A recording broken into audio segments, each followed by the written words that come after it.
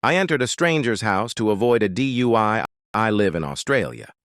Not sure how it works in the rest of the world, but I was on my provisional driver's license as a teenager.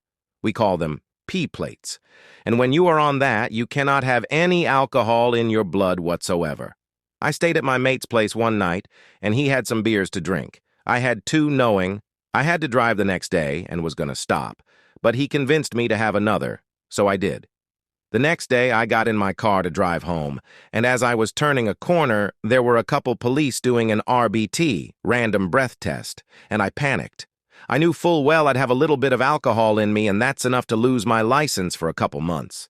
I had just left school and gotten a really good job, and if I got a drink driving charge, I would have to rely on my parents to drive me there, which wouldn't work out as they both have jobs. I panicked and turned right onto another street. I drove halfway down the road thinking I had gotten away with it, but one of the cars suddenly turned round the corner and blasted the sirens. I pulled over and the cop came to my window. Cop: "Can you explain to me why you just avoided an RBT?" Instead of explaining to the cop why and just taking my punishment, I decided to lie. Me: "I wasn't trying to avoid it. I live down here." Cop: "Whereabouts do you live?" Me: "Just over there." Cop: "Well, you don't mind if I follow you and watch you enter your house for proof, do you?" Kinda shit myself, but agreed. He got in his car, and I drove into a driveway halfway down the street and walked up to the door. My current plan was to just explain to whoever is at the door what's going on and hope he lets me inside. I walked up and knocked, but no one answered.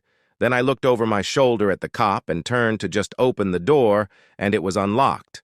I walked inside and shut the door.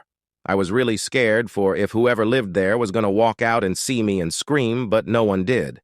I stayed at the door, peeking out the window at the cop, and he left after about 10 minutes. I waited another 10 minutes before walking down and driving off again with a big sigh of relief. Not here to condone drink driving or anything. I made a mistake, and it was wrong. Just sharing this story.